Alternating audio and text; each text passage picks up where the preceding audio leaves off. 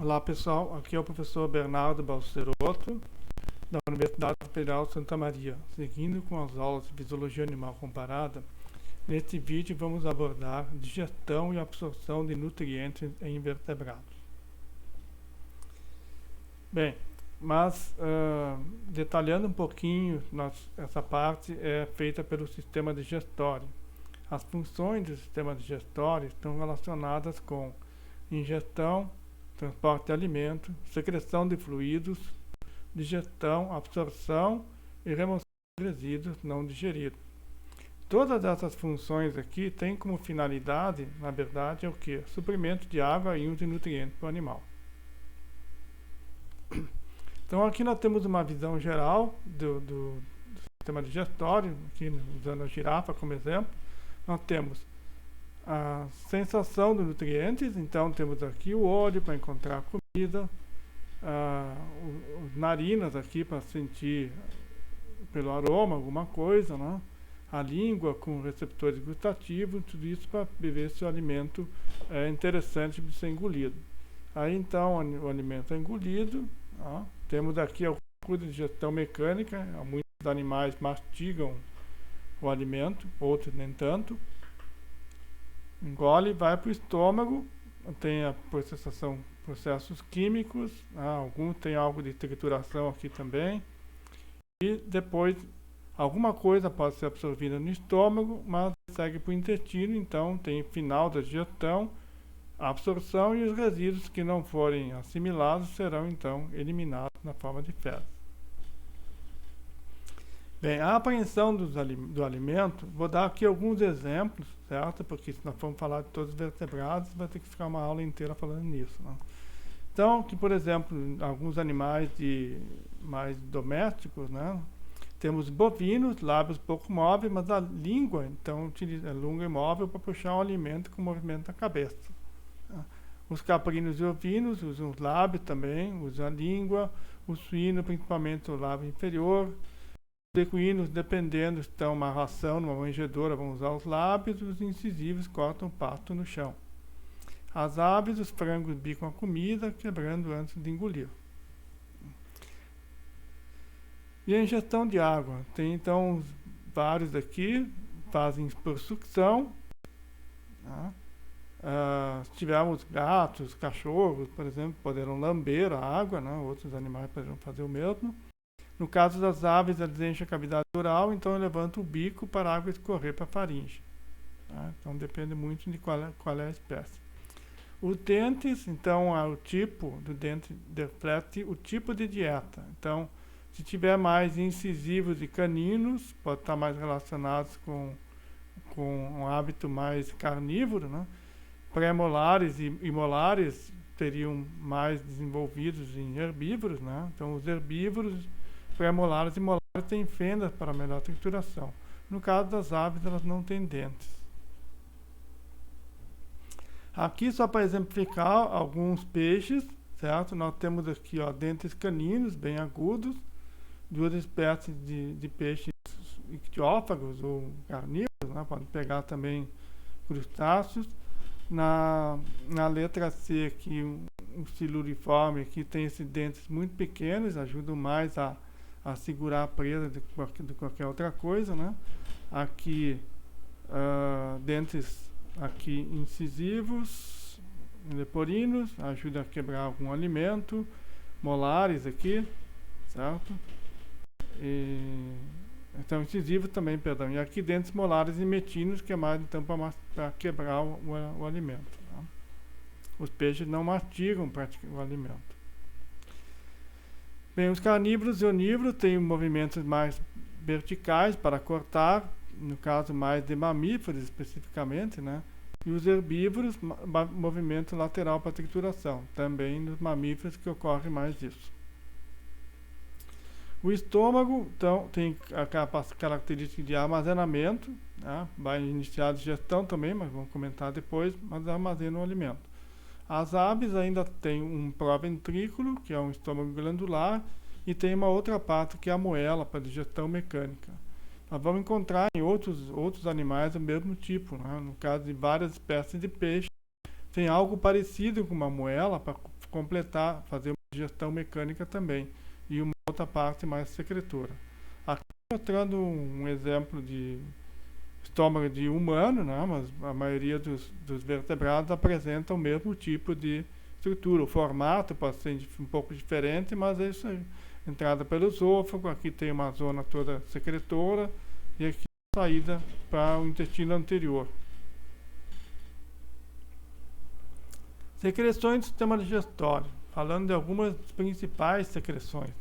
Aqui, nesse esquema, nós temos para vertebrados de respiração aérea. Então, na boca tem a produção da amilase salivar, né? Vai fazer a quebra do amido, né? Vai iniciar a quebra do amido. Ela aqui, ó, amido, né? Começa, se tiver alguma coisa de glicogênio, também ajuda a iniciar a quebra, né? No estômago, aqui nos carboidratos, não tem praticamente ação, na maioria das espécies, né? E aqui está como um intestino delgado, mas pode ser intestino anterior, né? Então temos o que aqui? Alguma quebra mais dos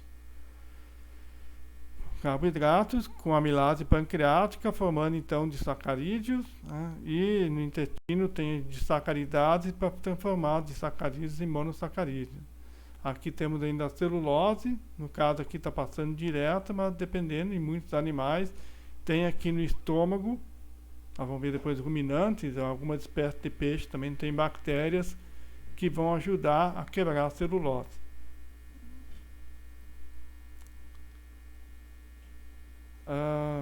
Só vou retornar. Por que de respiração aérea? Porque peixes, por exemplo, não tem sentido ter alguma enzima na boca, porque a água está sempre passando ali com vistas à respiração. Então, mesmo que fosse secretar alguma coisa, não ia adiantar nada, a água já ia remover de uma vez, né? No caso das proteínas, então, basicamente começa no estômago. Aqui temos a pepsina, né? Então, proteínas se transformam em polipeptídeos grandes. E aqui na parte anterior do intestino, então, temos outras enzimas produzidas pelo pâncreas, tripsina, quimiotripsina, carboxipeptidase, de peptídeos e de peptidases forma, então, aminoácidos. Alguma coisa aqui direto também como aminoácidos. É uma visão bastante generalizada. Bem, aqui alguma coisa sobre a secreção salivar, destacando de novo, que é animais de respiração aérea. As glândulas que podem existir, né? Parótidas submandibulares sublinguais, né? Composição, isso aqui é de certa forma mais característico até de mamíferos, né? A composição tem a enzima ptialina, que é uma amilase, também produz muco, tá? Então a ptialina tem pequena hidrólise do amido, de carboidratos na boca, mas continua funcionando no estômago, até que ela vai ser inativada pelo pH ácido do estômago. Tá? Mas uma parte na boca e outra. Quanto mais o animal mastigar o alimento, maior pode ser a hidrólise do carboidrato na boca. Mamíferos, muitos apresentam limpase lingual, tá? Um pH ótimo, relativamente ácido, então ainda vai agir no estômago. Então, e a hidrolisa o que? Triglicerídeos com ácidos graxos de cadeia média ou curta, como se encontra no leite, se transforma então em ácidos graxos livres e diacilgliceróis. Então, se torna uma enzima importante para neonatos de mamíferos, que vão tomar muito leite, né? Então, a lipase pancreática é pouco desenvolvida, então é bastante importante para eles. Aqui temos uma imagem de um canídeo, né, mostrando algumas glândulas salivares, aqui orbital, parótida, sublingual, submandibular. Secreção gástrica no estômago, então temos a secreção de ácido clorídrico, as células parietais ou cínticas. Ele tem um efeito bactericida. O pH aqui da secreção depende do vertebrado, mas digamos em torno de 0,8. Né? Então isso facilita também a absorção de cálcio e ferro. Pepsinogênio produzido pelas células principais. O pepsinogênio ele é transformado na enzima pepsina por ação do ácido clorídrico e da própria pepsina que já está no estômago. O pH ótimo de atuação dela em torno desse aqui, varia um pouco dependendo da espécie. Faz o que? Transforma proteínas em grandes polipeptídeos. Também temos a secreção do muco fino no estômago, por células mucosas nas glândulas pilóricas, o hormônio gastrina pela célula G, e o músculo viscoso com bicarbonato em células mucosas superficiais. Para que isso? Mantém o pH próximo da mucosa um pH neutro para proteger a mucosa. Isso impede que as secreções que são produzidas pelo estômago digiram a própria parede do estômago. Então essa camada de muco aqui protege a parede do estômago. Então aqui temos nesse desenho, ó. Aqui estaria o bolo alimentar, um pH em torno de 2, né, ou 3, dependendo da espécie, e aqui a camada de muco, que tem células mucosas, secretam um muco alcalino. Então, junto aqui da superfície, o pH em torno de 7. Aí, se nós formos analisar ao longo dessa camada aqui, por exemplo, aqui é 2, aqui de repente é 2,5, 3, 4, 5, 6, 7, ou seja, tem uma gradação aqui.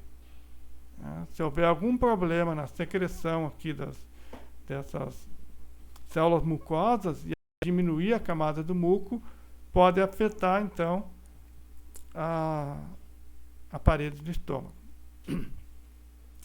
Depois o alimento então sai do estômago, vai para o intestino. Lá no intestino vai receber a secreção pancreática, que tem uma porção aquosa, água e bicarbonato.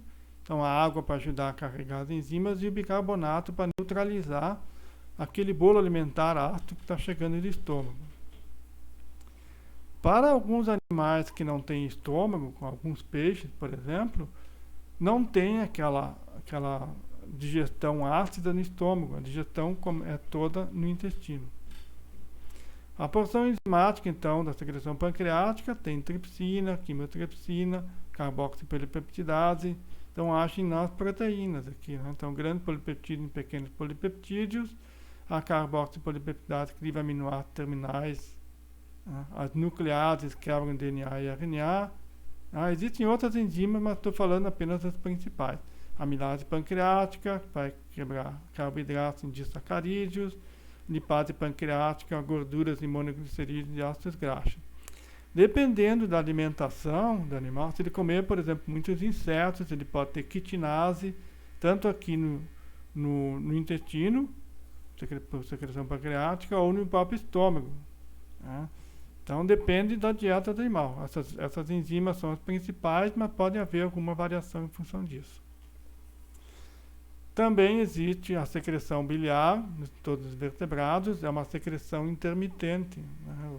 Então, o fígado produz a bile, né? Que na grande maioria dos animais que apresentam uma vesícula biliar, é armazenada aqui a bile. Ela é armazenada e concentrada. Existem alguns animais que não têm vesícula biliar, os ratos, por exemplo, então vai direto para o duodeno, ou para a parte anterior do intestino. Qual é a função da bile? A bile não tem enzimas, certo? Não contém enzimas, mas faz o quê? Ajuda na digestão das gorduras, porque emulsifica a gordura. O que é emulsificar uma gordura? É como que solubilizar a gordura. O leite, por exemplo, as gorduras são emulsificadas, tá? Estão meio que digeridas. Digeridas não, estão meio que dissolvidas, talvez, ou num meio aquoso. Então, isso facilita o quê? Se nós tivermos uma bolha de gordura, as enzimas só vão agir na superfície dessa bolha. Então, se tiver solubilizado, quer dizer que está em gotículas muito pequenas. Então, tem uma área de atuação mais ampla para as enzimas. Então, por isso que ajuda na digestão. Ajuda também a absorção de gorduras e vitaminas lipossolúveis, que são essas aqui. No intestino, aqui está o intestino delgado, mas seria o intestino anterior, na parte mais anterior, tem o muco alcalino, Tá? Então a parte anterior do intestino secreta mais que o estômago. Produz enzima também, os enterócitos produzem enzimas, peptidases, quebra final dos peptídeos e aminoácidos, pode até ocorrer dentro do enterócito, que é a célula epitelial do intestino. Disacaridades, para quebrar os disacarídeos e monossacarídeos, também pode ter amilase e lipase intestinal para completar a digestão de carboidratos e gorduras. Nos ruminantes, temos algumas particularidades. Né? Os ruminantes, eles são o que a gente chama de poligástricos, tá? E são fermentadores pré-gástricos.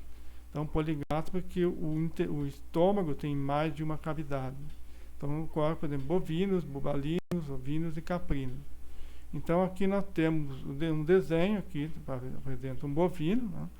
Tem, isso aqui tudo é o estômago. Tem o rumen, tem o retículo, o omaso e o abomaso. Então, são 4 cavidades que formam o estômago. Então, o que faz cada cavidade? No rumen, é uma câmara de armazenamento com grande número de bactérias que produzem celulase, enzimas celulases, que vai degradar, né, ou vai digerir a celulase. E tanto o ruminante como a bactéria são beneficiados na relação, é um mutualismo. O retículo, ele auxilia o rumen na fermentação, seleciona a passagem das partículas, só passam as menores, 1 a 2 milímetros, né, e mais pesadas.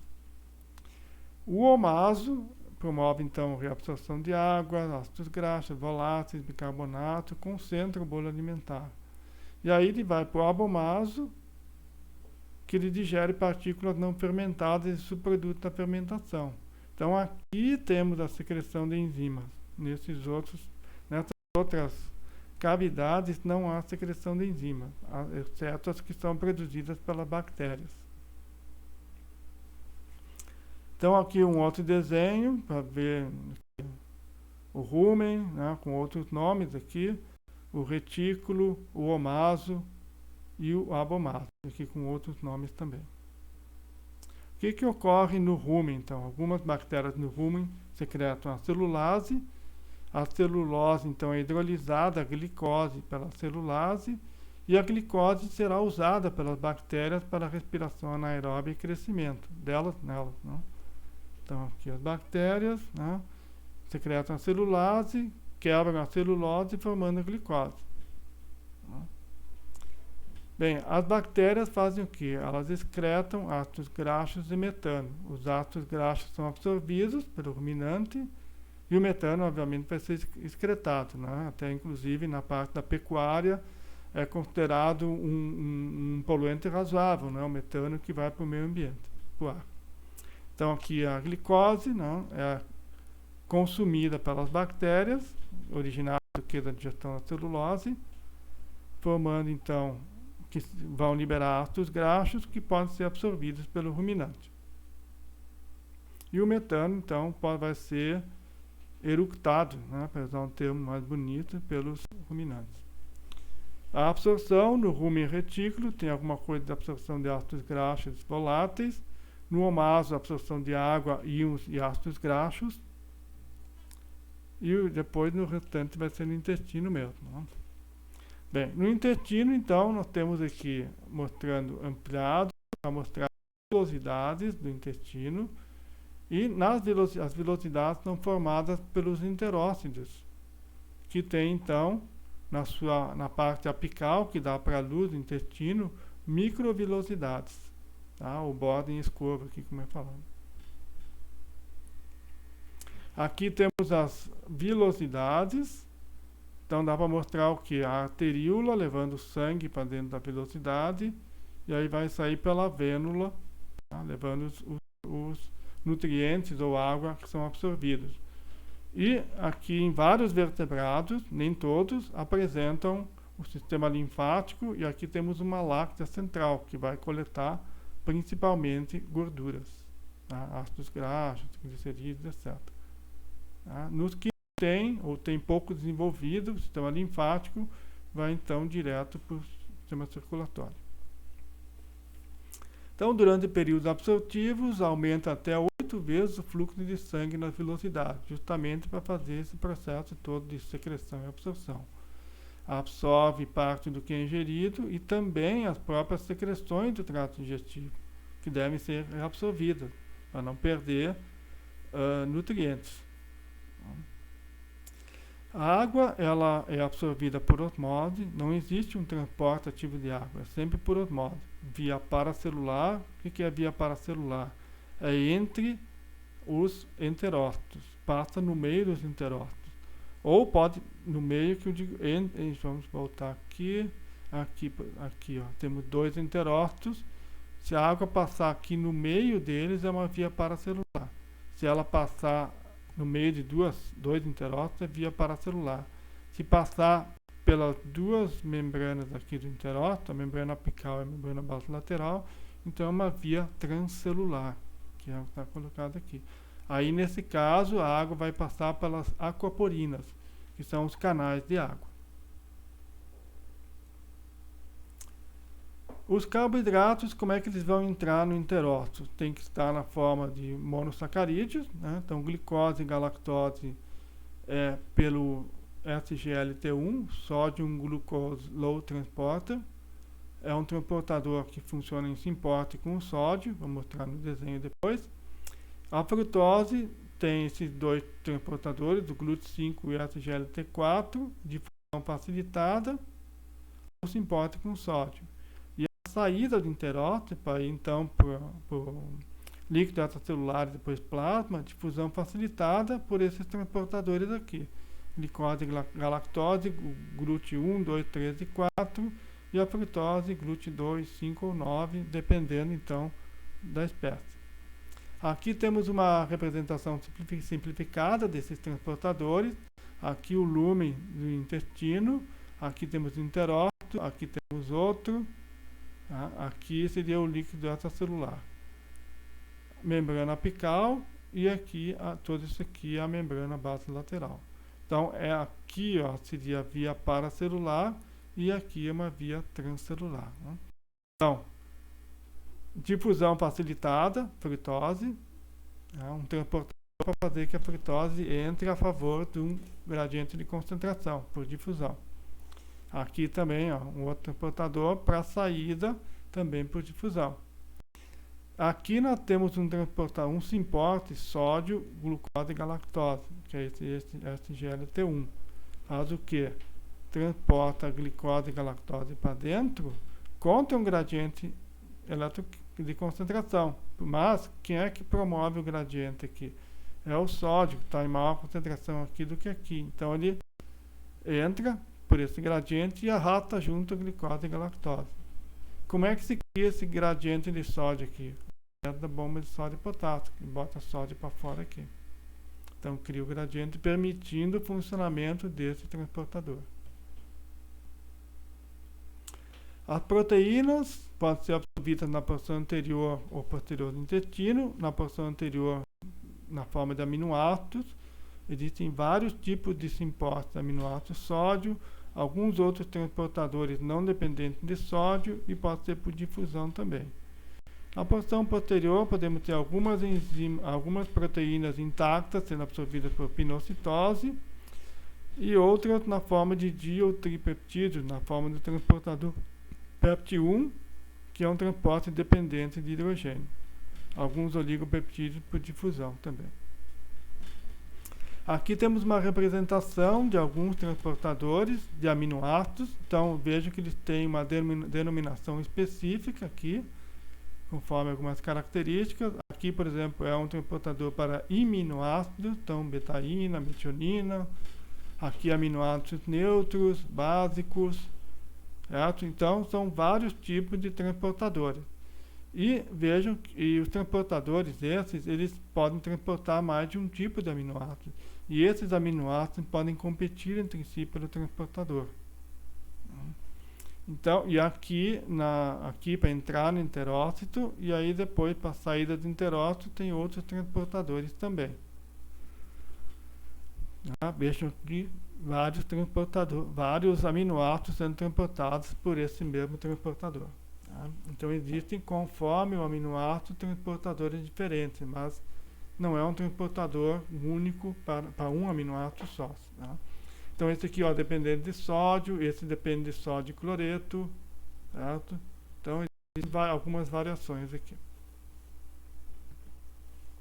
As gorduras, incluindo vitaminas lipossolúveis, então nós temos o que? Os sais biliares, vão formar as micelas, né, das gorduras, ou seja, transforma as gorduras, deixam em gotículas menores.